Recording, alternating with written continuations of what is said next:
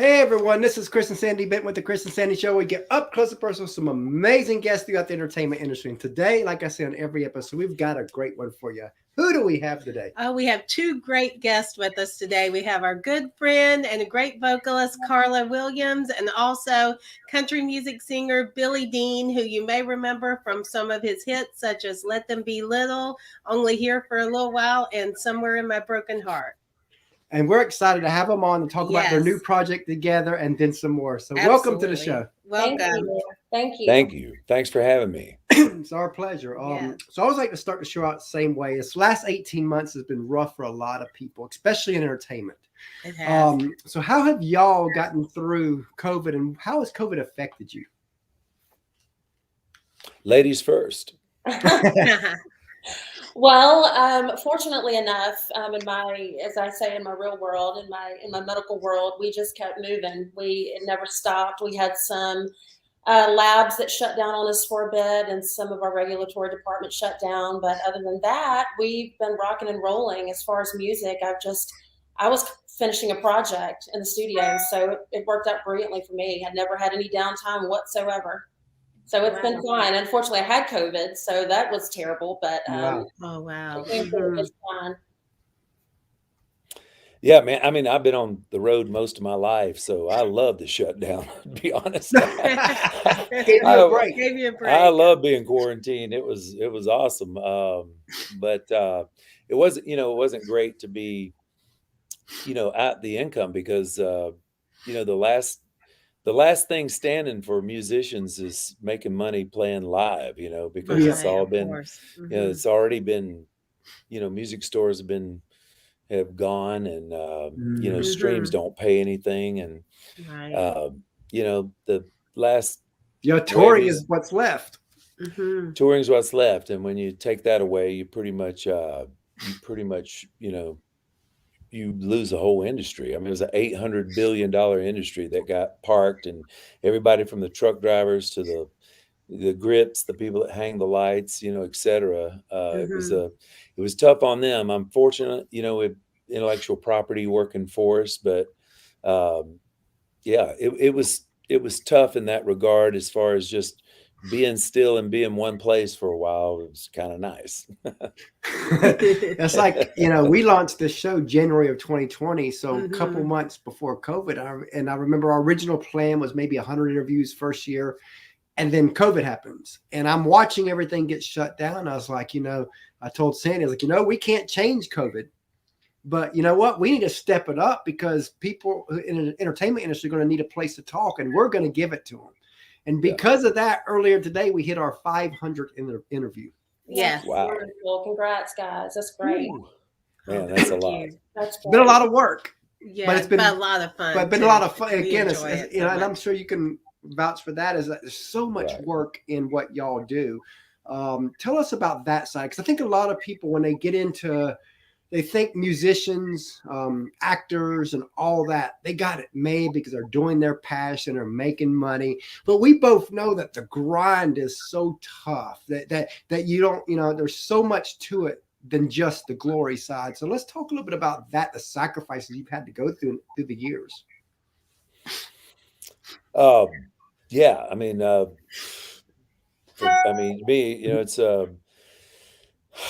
there's two things, that take 100% of your time, and that's fame and family, and they take 100% of your time, and something always gives. It's a lot of sacrifice. It's a lot of hours gone, a lot of miles. You have to think of that you're doing it for a bigger reason than just to be, famous or just to, do it as a job or something like that. You have to find another reason, to do it and to get on that bus and to try to sleep going 80 miles an hour and, and day in and day out. And, but it's like the old Dan Fogelberg song, the audience is heavenly, but the traveling's hell. Ah, yes. Wow. How about for you, Carla? I think my story's a little bit different because, like, unlike this is not my full-time job, and Billy made such a career out of this and a phenomenal career out of this, and still is. And mine has always been such a passion for me, and it really wasn't about fame and fortune. It was more about just something that I wanted to do with my life. God gave me a talent. I wanted to use it for all the right reasons, and so I feel like my story is a little bit different than someone that is actually, has this as a full-time career. I just get to play in it, which is, a little bit more fun. So having the time of my life with it right now.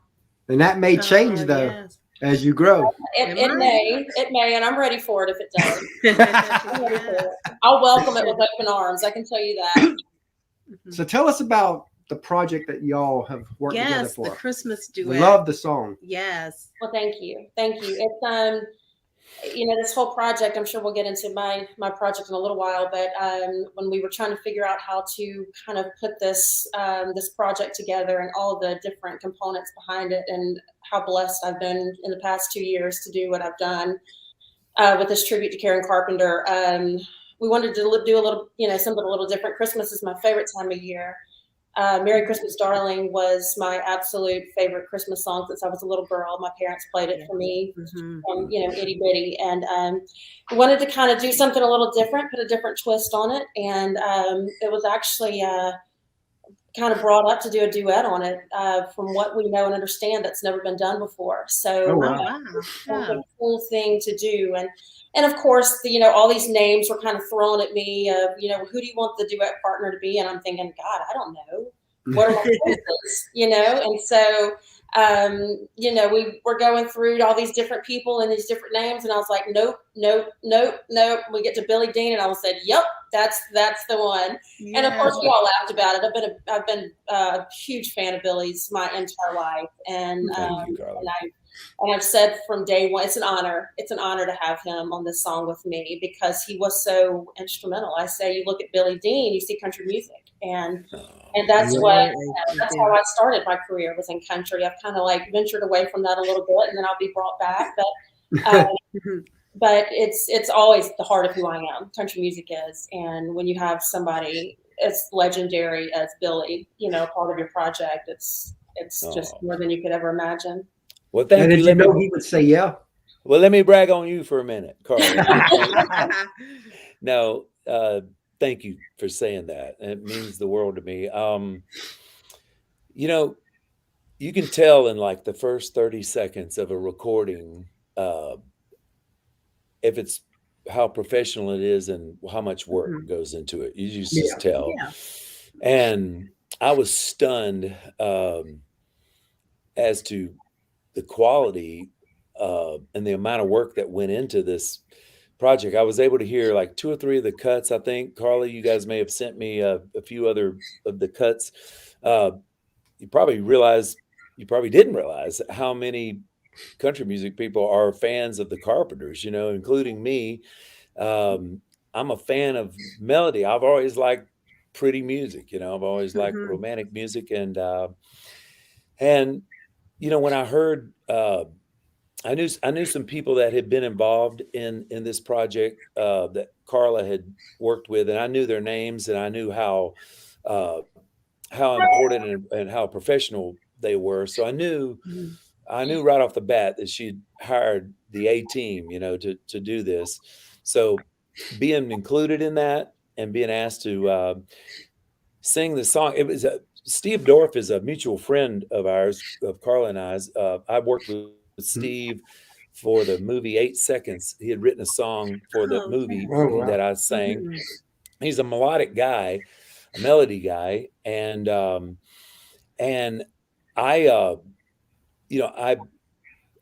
knew that, him being involved and talking to him about this, that it was going to be top shelf, and then to be included in that little arena was a great honor. And I don't like I never have in my whole career, never liked being pigeonholed into, a certain genre or whatever. And so this was an opportunity to just, it's rare to have a female and a male be able to sing in the same key, you know, have a same Oh, yeah. register, Mhm. and have it really be in kind of your sweet spot of your voice. I only have that. I only have that with one other person. That's my daughter. You know, Wow. my daughter and I sing in this same key, and so that's the first thing, because Carla had already, you know, spent the time and the money and the energy to record these. It wasn't like, hey, look, we got to re-record this in a whole nother key so I could sing it. So there was some technical things like that that just happened to work out, and then our blend was really really great, really magical, and you know, she could have gotten a lot of like big stars, bigger than me, to be a part of this. I just happened to be, you know, I think come up first in the alphabet. No, we went through quite a few. I vetted well, I should say. My first name starts with B, last name starts with D. She probably went alphabetical order. Dean came up, you know. No, I know. No, better. no, I know. no.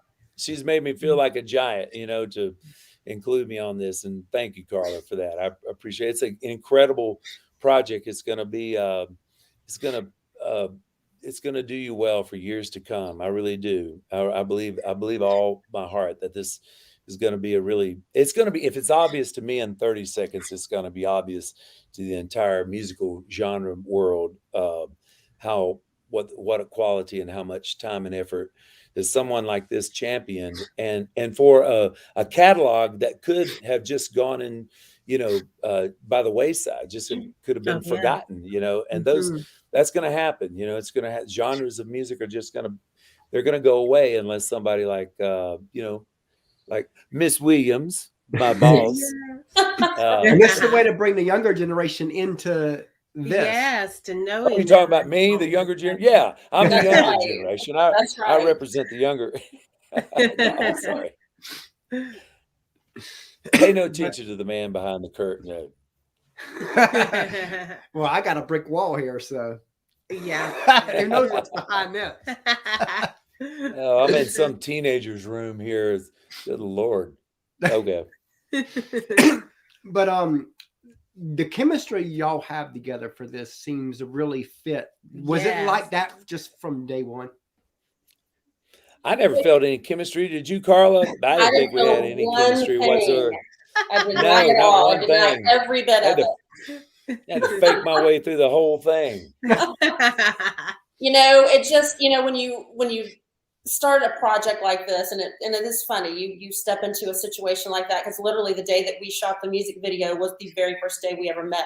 So you're literally two strangers that are, you know, we didn't know each other. Nobody wanted to be awkward. Nobody wanted to, you know, it either was going to work or it wasn't. And fortunately for us, it just worked, and it was very natural. Billy's a class act. He always, you know, just has been a class act from day one. And you know, very respectful, very, very respectful. And it's just been an incredible experience. So yeah, it came natural. I mean, it did. It came very natural to do that video and to do the song. I mean, it just worked well. I mean, I think it was, you know, and I think, and it's funny because all across the board, everybody says, God, y'all had to have known each other for years. And we did it. We literally met a couple hours before we shot a video. And so, you know, it's really cool. I mean, you either have that connection or you don't. So that's been a really cool experience.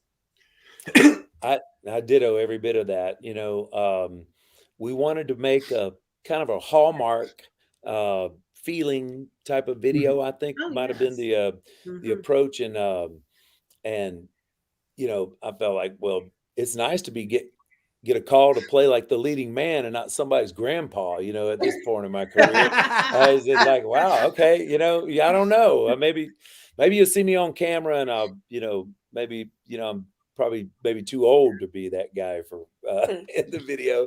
But a little soft lighting and a little color correction, hell, I pulled it off.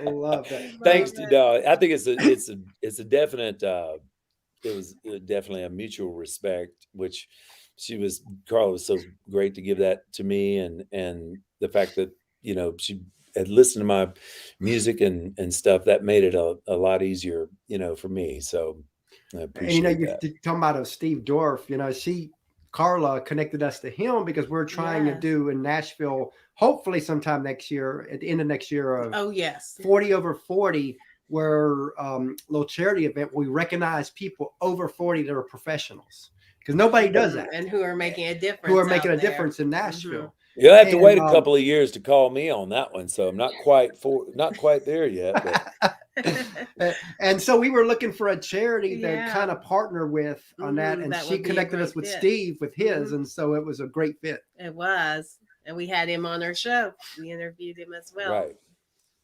Yeah, it's a great organization. As a matter of fact, Andrew's birthday was yesterday. He would have been 45 yesterday. Oh. And on the 19th, he passed away 5 years ago. So it's a tough week for those guys this week. So understandably. Yeah. So this charity is definitely worth every penny. Now, tell us a little bit about y'all's. I know y'all believe 100% in giving back. Tell us a little bit about that. Carla's better at that than I am. And I've seen it in action. It's been my platform from day one. And I firmly believe that, if God has blessed you with things, you better, return it tenfold. And I have been blessed throughout my life in certain areas and things. And my heart is so charitable. And so I've worked with a lot of different organizations, a huge part of the Ronald McDonald House here in Mobile, Parkinson's Foundation in Nashville. Have partnered with them on some things before. Very involved here in town and a couple of other different places with a couple of orphanages that we do Christmas with. And we have actually recorded a benefit CD for them that all the proceeds went to that. Wow. Even our show that we had in Arkansas this past weekend, we were able to bless some children in the orphanage there, as well as Toys for Tots. So it's always been a huge platform for me. Even at the time that I took a break just to be mom for a while, for 5 or 6 years, and I wasn't out performing, I wasn't really doing much of anything. I consistently stayed involved in charity work. Had big parties here at our home every year for different organizations. So it's very important to me, so much to where my kids now, it's just become so much a part of their life as well. So it's a family deal, and we love it. Absolutely. I witnessed that firsthand with Carla. A few things we're involved in is the Naples Winter Wine Auction down in Naples, Florida. And I forget how much money they've raised, but we basically have transformed a whole county of, and you have 2 counties down in Naples, Florida. You have a very wealthy county, and then you have a county right next to it where mostly the people that are in the service industry or the agriculture industry, they didn't have, glasses, dental, vision. And a group of my buddies got together and wanted to make a difference. And I think it's the largest private charity fundraising in the world. They will raise $14-15 million in a day. Wow. Auction items go for like $500,000. And I think they've raised, it's got to be at least $500 million right now. But the thing about it is, it doesn't go to any administrative costs or anything. These guys are all CEOs of companies, and you get on a bus and you drive to the county next door, and the kids come and they tell us, the people who are helping raise the money, how it's changed their life. And it's that bus ride is very important, because to hear it from the kids and to see them grow up, and not have a chance when you first met them, and then to see them succeed and go into college. It's a direct, directly affected by this Naples Winter Wine Auction. And of course, Averett Cares for Kids and St. Jude's a big deal for us, being, all the years I've spent in Tennessee, and, having families not have to worry about raising money to save their kid's life and missing work. And so to be able to, as part of the healing process, is having your family there when you're trying to heal a kid, Most definitely. So we're coming up on the 30th anniversary of My Broken Heart. What do you, Somewhere in My Broken Heart. so yes. tell us a little bit about, what do you think about that? 30 years. Man, I can't even hardly stand to hear that. I'll be honest with you, man. I hardly even remember the 90s. I mean, I'm missing a whole decade in my life. Somebody told me I had a country music career, but I don't know. I slept through it or something. Yeah, 30 years is, that song's been very special to me because, you know, I never considered myself much of a songwriter. I didn't come to Nashville to be a songwriter, came to Nashville to be a singer. And then I realized, oh, wait a minute, a singer's got to have something to sing, you gotta have a song to sing. Now, where am I going to get the songs, And I realized, well, you have to write them. And so I didn't really want to be a writer, but I had to do it out of necessity. And then I eventually fell in love with it. And I got together one day with a Hall of Fame. He's in the Hall of Fame now, Richard Lee, a songwriter. And yeah, he showed me where the bar was. And we worked so hard on Somewhere in My Broken Heart for months. It's a very difficult song. It rhymes internally. It rhymes at the end. The melody was so perfect. We couldn't adjust the melody to accommodate the lyric. We were just kind of stuck with this beautiful melody, and everything had to fall. It was a really hard song to write. I never worked that hard on a song. And then to have it, Randy Travis recorded it first on the No Holding Back album. Didn't know Gave that. me a lot of credibility. Yeah. And then he got me my record deal. My first #1 record was my second release, and did everything you can possibly hope of. Crossed over, top 10, got nominated for a Grammy and won the Song of the Year, all those wonderful, wonderful things. And here it is 30 years later, and I'm doing a re-release of it in around Valentine's Day of February 2022. We're going to, we put a symphony on it because I believe it deserves that kind of class, that kind of honor. So yeah, so we're going to re-release it in 2022. It has a lot of meaning for me, probably more so these days than it ever had before. Now, you've seen the changes within the music industry, the good, the bad, and the ugly. What surprised you the most in the last 30 years? Well, if you told me that 30 years ago that there would not be any music stores anymore, and that you wouldn't be going into a record shop and cherishing and collecting music, you used to take it off a shelf, and you'd clean off the vinyl, and you very carefully put it on, and you'd put your headphones on, and you'd look at the album cover, and you would listen to the music and imagine what the artist was trying to say, and then you carefully put it back on the shelf, and you cherished it, and now, you can pay 99 cents for a fart noise, and you can pay 99 cents and get Somewhere in My Broken Heart. So I don't know what the hell's happened. So Carla, we'll add your 2 cents in on that one.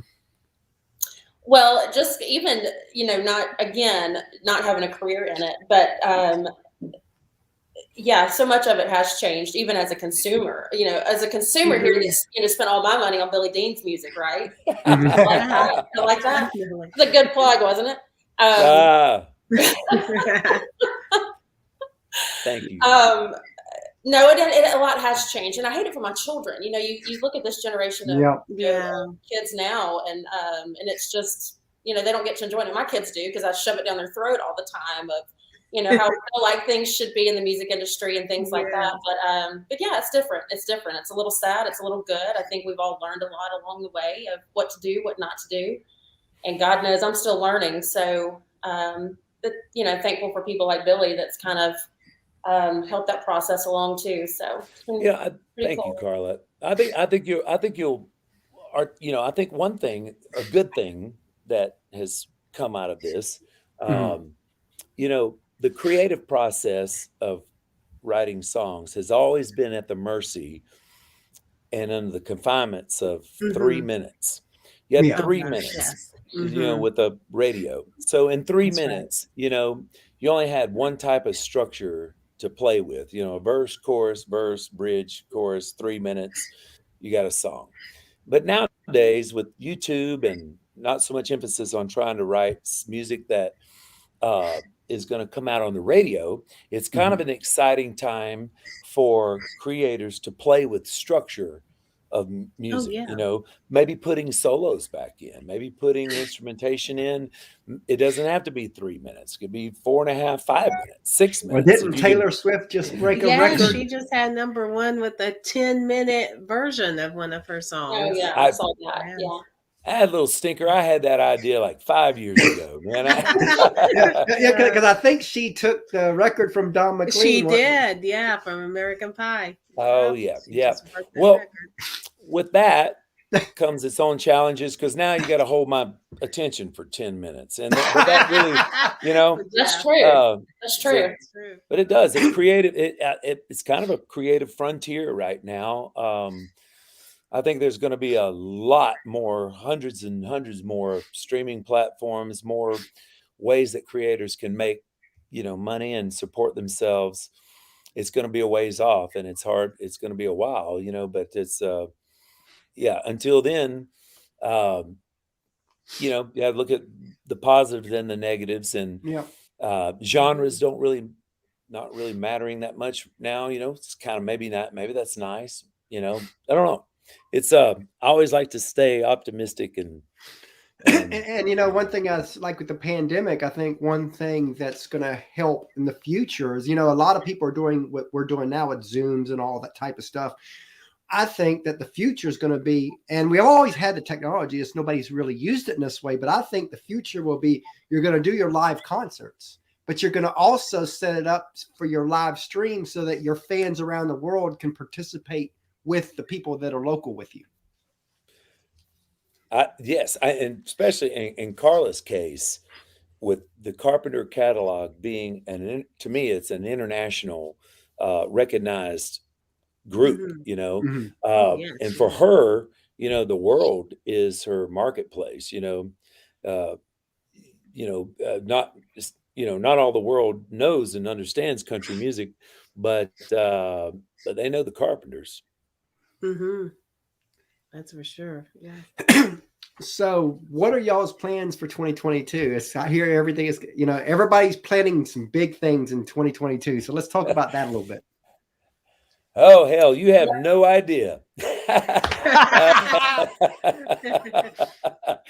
I have no idea. Carla, what are you going to do in 2022? I don't know. You know, I've worked 2 long years on this album that I do have coming out, that we've set the date for January the 28th for this Carpenter's album to come out. And, you know what, I'm just going to run full force with it. It's a lot of blood, sweat, and tears over this album. And so many amazing people have chosen to be a part of it, have endorsed this thing behind me. You got to show us the album. Do you have the album cover with you? Didn't your albums just come in? Do you have that handy? You know what, Billy, as a matter of fact, I do. Hang on a second. Hey, no. You got to see this. I saw a text. She sent a text saying her albums came in, and she showed the pictures of the pack. Check this out. Oh, There, try to get wow. there. In fact, I can even make Beautiful. it do this here real quick. Yeah, so we can Look at see it. that. Love it. Zoom Oh, in, it right? looks great. I love it. Yeah. Love it. Yes. Yeah, it's pretty incredible. Pretty incredible. It's it took, well, this was, you know, almost 15 months in production, everything being so backed up with COVID and all of that. But yeah, that's incredible. My project's coming out. I've never been more excited about anything in my life. The people that are on it, from Sir Cliff Richard to Steve Lukather of Toto, Bill Champlin of Chicago, Jeff Coffey of Chicago, Billy Dean.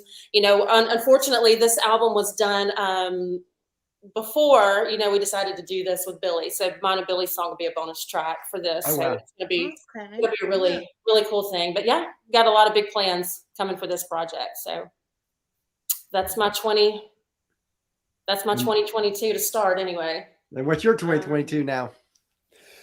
Mine is we start with the re-release of Somewhere in My Broken Heart in February. Mm-hmm. Then I have a duet coming out with Paul Overstreet. I don't know if you guys know Paul wow. Overstreet. Oh, I remember Paul Overstreet. Yes. So Paul Overstreet's a Hall of Fame songwriter. He was also a Mhm. recording artist. And Yes.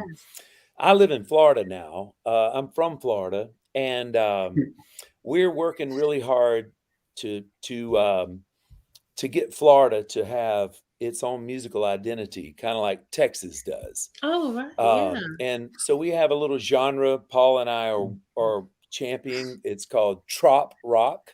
Oh, very cool. Trop rock, like as in tropical rock. And it's mainly we're targeting a lot of the guys our age, 50s that are thinking about retiring, or empty nesters. You got your RV, you're ready to see the world, you got your kids grown, you're traveling the country, and we've kind of been writing music. So Paul and I had our song is kind of a fun song. It's kind of a fun, it's typical Paul Overstreet humor.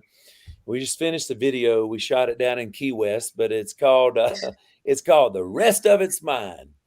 It's kind of a message to our kids. Hey, yeah, the rest of it's mine. I've helped you out all these years. It's my turn. That's coming out. And to be honest, I have so much unreleased music and masters in the can. Wow. I could probably release one a week for 2 years. I don't ever have to write and record any new music. As much stuff. That's all I've been doing for the last several years, and not really quite. I didn't want to give it away, and so I just been sitting on it, waiting on legislation. Let legislation catch up so that people get compensated for it, and that makes sense. That does make sense. Yeah, because again, that's one of the things about with writing on it. It's just not fair out there, and I hate that because especially for songwriters. I mean, it's one thing for artists, like you said. You got the with an artist, they make their money in touring now, but then that cuts the songwriter out. It does. It does.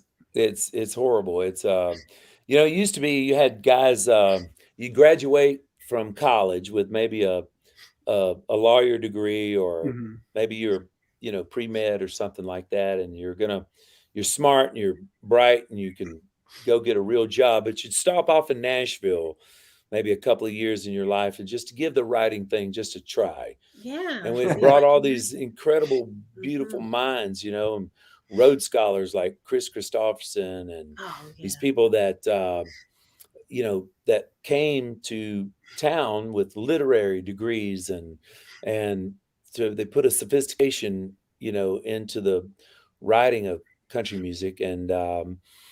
And we've seen that entire industry go away. There's not that really pot of gold there that attracts people to come give it a shot, like that anymore. So it's kind of a handful of people, just a handful of veterans who are handing down that craft to a handful of young people who have done their homework and their due diligence, and it's a craft that it's handed down now, and it's getting smaller and smaller, and so the quality of the music can suffer in that, I think.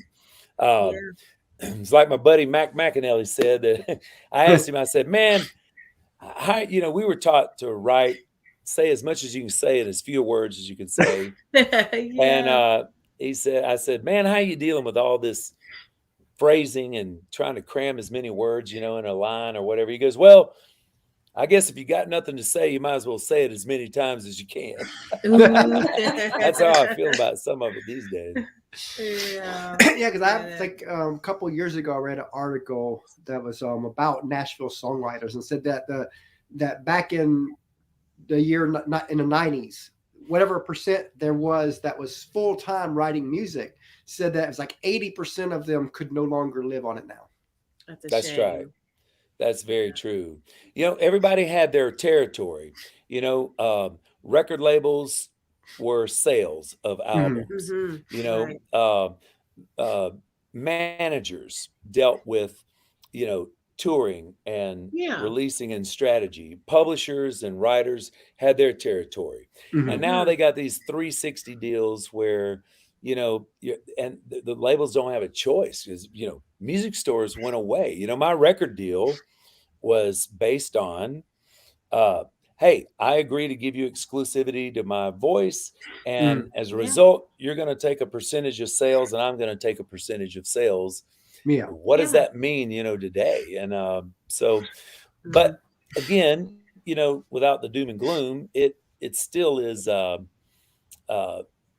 it still is something that I think is going to eventually get better. But as far as the songwriting as an industry, I think it's gone. I think the benefit with technology now is you got a lot of people that are making a strong income who are artists who don't need a label. Right, who are independent artists. And I think that's the future. Again, there'll always be labels because when you get to a certain point, you almost have no choice. But before you get there, you can control your own destiny now. Hey, put in a good word for me at Bellfire Records over there at Carla Williams. See if they need an old country singer on there. I learned it a long time ago when I first started my music career, and I was signed with Lofton Creek Records. Mike Borchetta was the president of that label. He taught me so many things, so many wonderful things. But when the company closed, Mike was thrown from a horse and he had some serious health issues after that.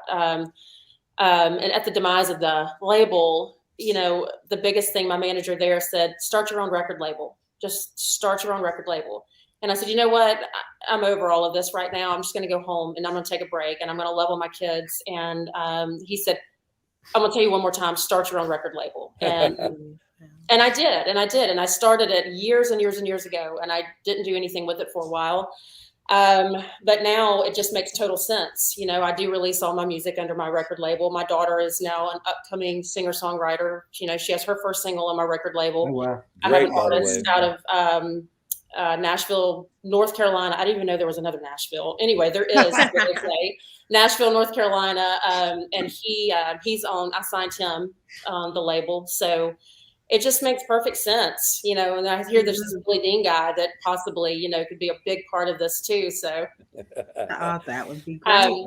But it's great. It just seems to be like the way to go now. It just makes sense because, like you said, I'm in control. I'm in control of it. I don't have to share that, with whatever money comes in now. Who knows, how that looks anymore. And that's the future, is being in control. Because again, I think Taylor Swift taught a lot of artists a lot of lessons with the stuff that she went through about owning. Because I think a lot of people didn't realize at the very beginning that you could really be screwed down the road. Yes. And now it's brought to the light. Oh, wow, we need to own this. Right. And it makes total sense because, I have definitely been through that whole game of being screwed over, unfortunately, in this industry, and even as of recently. And so my whole team had to change really quick in the middle of this project. And it was a very unfortunate situation, but things like that. I look at the bigger picture. Had that not have happened, I wouldn't have been able to work with Billy. Or, just so I feel like that so many things happen just the way it's supposed to happen. Exactly. We removed, the garbage from the scene, and we brought in a new team, and then I got to, meet and work with Billy, and I wholeheartedly believe that it all works out just the way it's supposed to. Speaking of teams, as you know, that a lot of people, they see y'all as the front people. They don't see the teams behind you. In our opinion, teams never get the love they deserve. So on our show, teams get love. So tell us, take a few moments, each of y'all, just tell us about the teams that help y'all be who you are. Carla's got a well-oiled machine, way probably better than mine, man. Let me tell you something. They may be well-oiled, but they're freaking expensive as hell, is what they are. Well, she's used to running big companies and everything, and I've seen her in action, man. It's really impressive. In fact, it's humbling, really.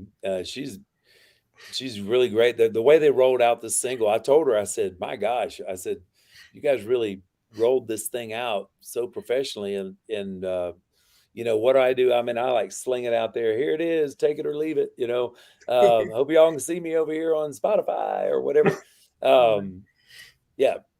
Carla, talk about your team. You got quite the team at Bellfire Records. You do. I do. And it's been, like I said, we've had to sort through some things, but, you know, I'll have to start with my front girl. She is, she keeps us all laughing. Billy knows her well at this point. Her name is Allie Phillips, and she is just the highlight of my life. And she runs all my social media, but she doesn't stop there. I mean, she does things for me on a day-to-day basis that she really doesn't have to, but she does it anyway. And I feel like now at this point, that's what everybody does. Everybody just kind of pitches in.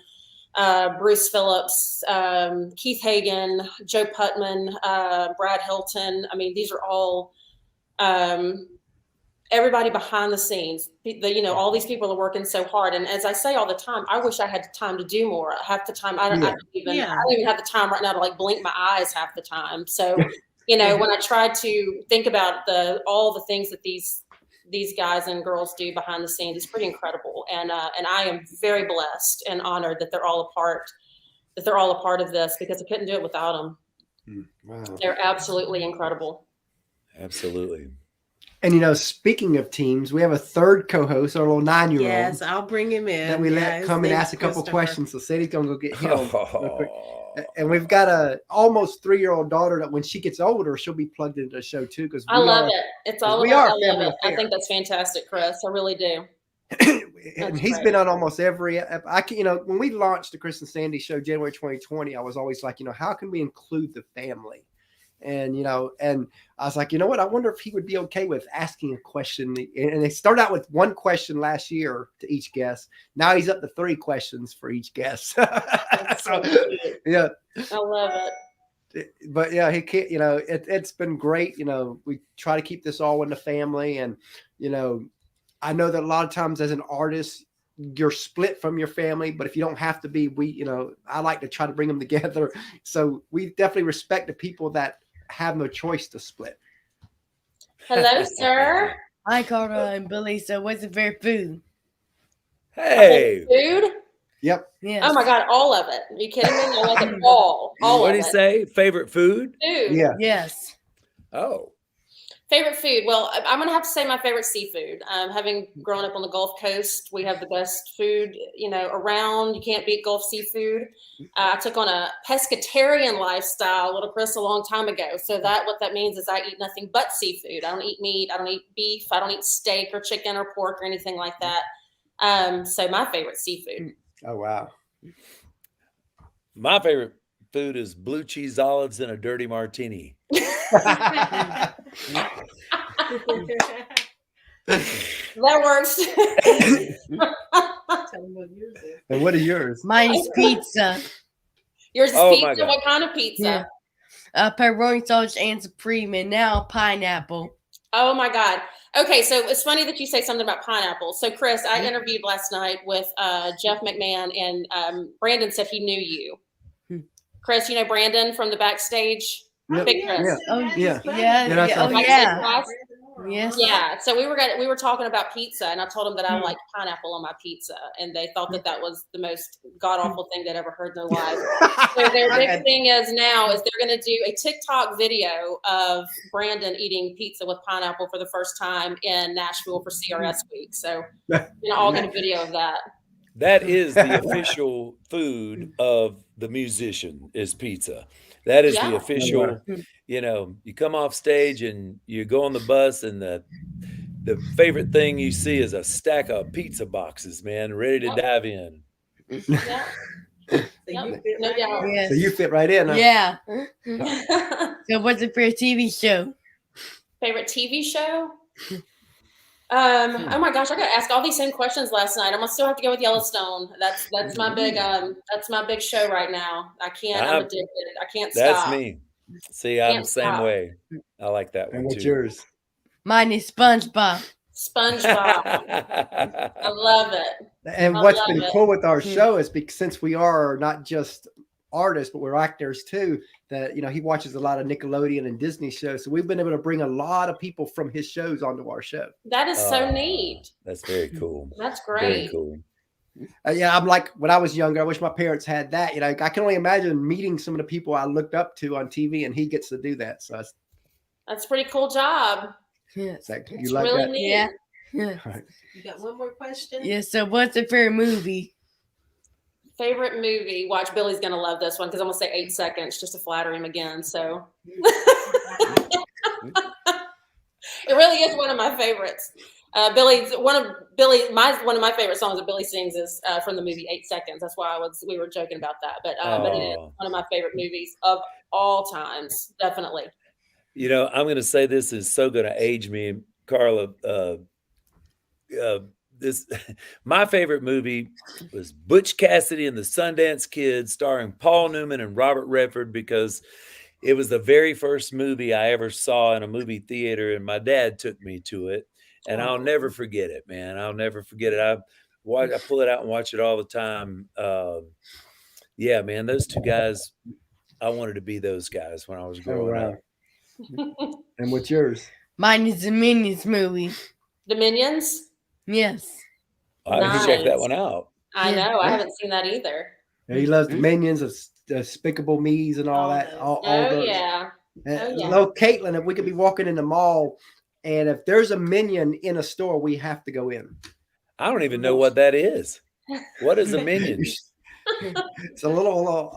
They're little yellow characters. He usually wears a shirt with the Minions, but he don't have it on today. You would know it if you saw it, I'm pretty sure. Yeah, because they've branded themselves so great. I just know Jello shots. That's all I know. Bye, thanks. Bye. Nice to meet you. Yeah, he definitely loves to be on the show and all that. Oh. And, he's been on almost every. We've done almost. It's funny. I always say we almost 500. That's right. We hit 500. We've hit 500. So over 500 now. Over 500. 501. But he loves country music. He even likes 90s country music. We're trying to teach him here. You're raising him right. That's right. Smart boy. Yeah. That's what Carla's dad raised her on. That's it. Yes. Sure did. Nothing better. Absolutely. Nothing better. So what are some sources of inspiration for you both?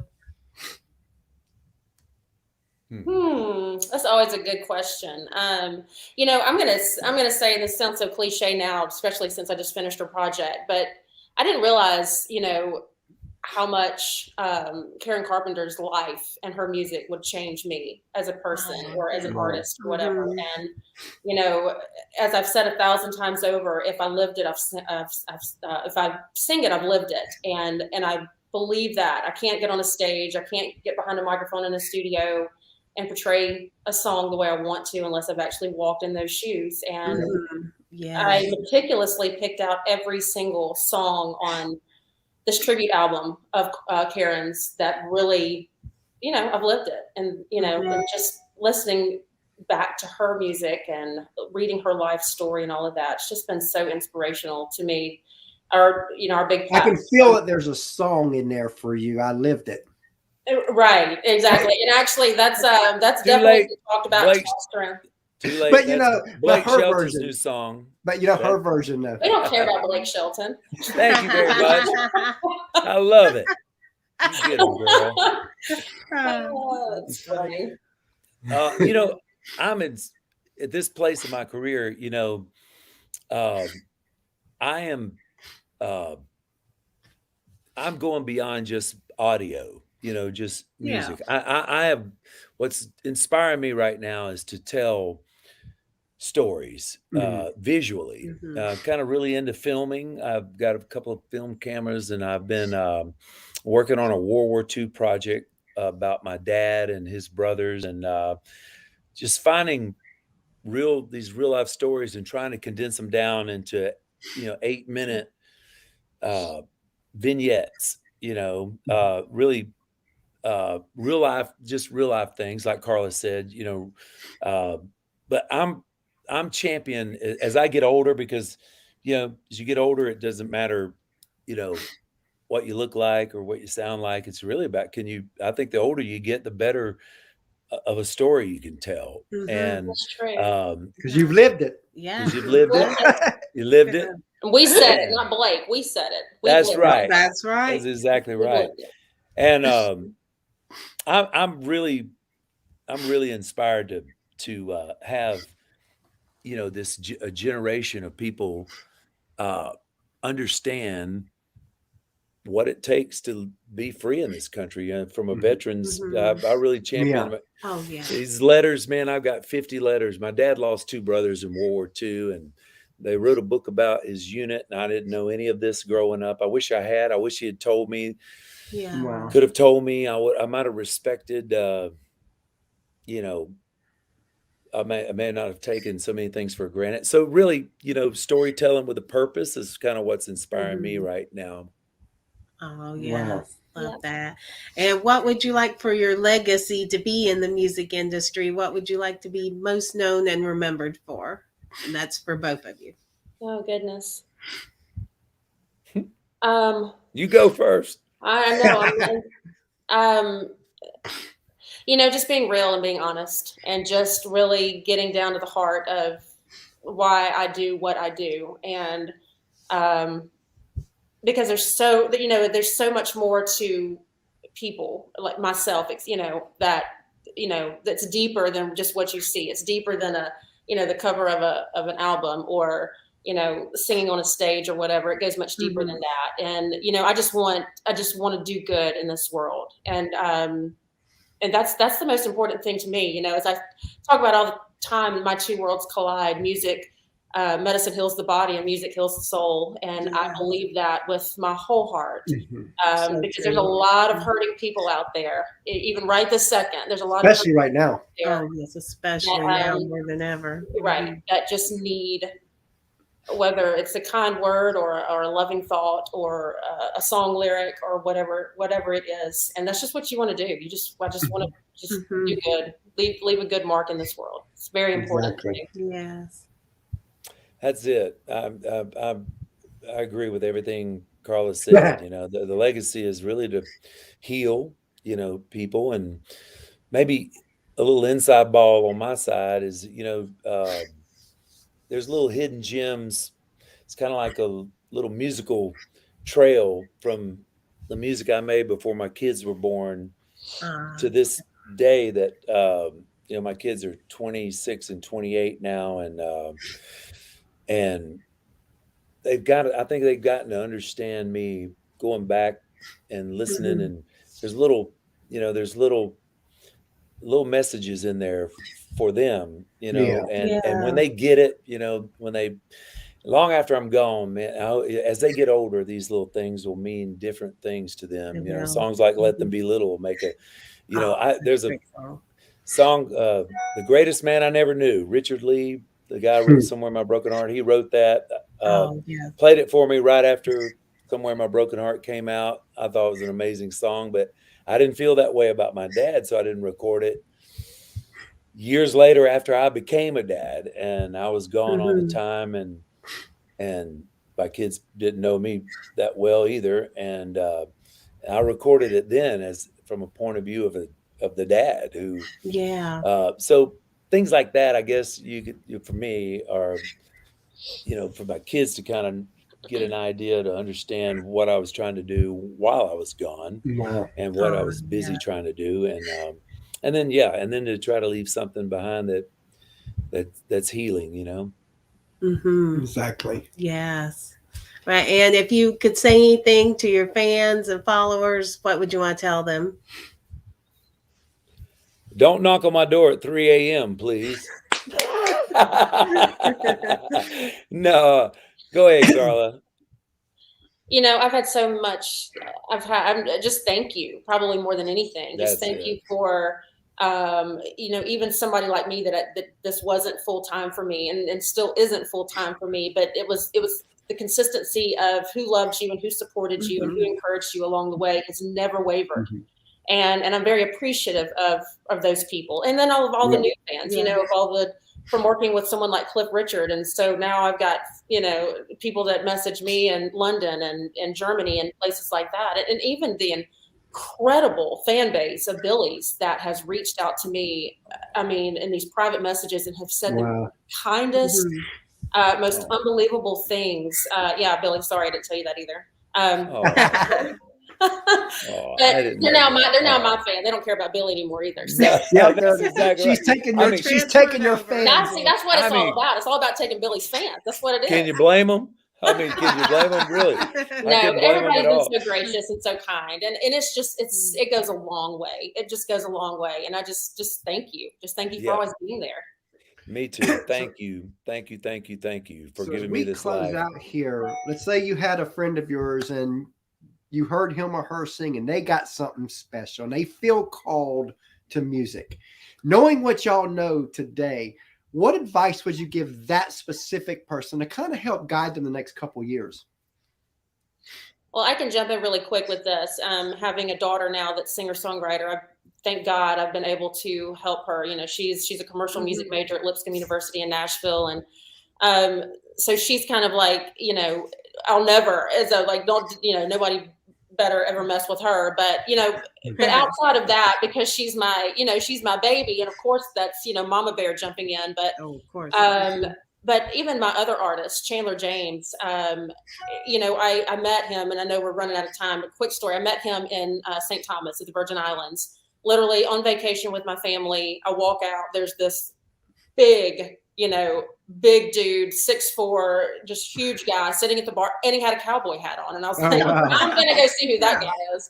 And I walked up to him, and we started talking. He was on his, you know, we were there because my daughter had just graduated from high school. He had just graduated from high school, and we just got in this big conversation. Long story short, he says, I picked up a guitar 6 months ago. I started playing. I started singing 6 months ago, and he brought his guitar out. He started playing, and I said, holy crap, like you've got a gift here. And I said, but, you know, I'm going to help you. And I'm sure he looked at me like, you're right. I don't know who you are.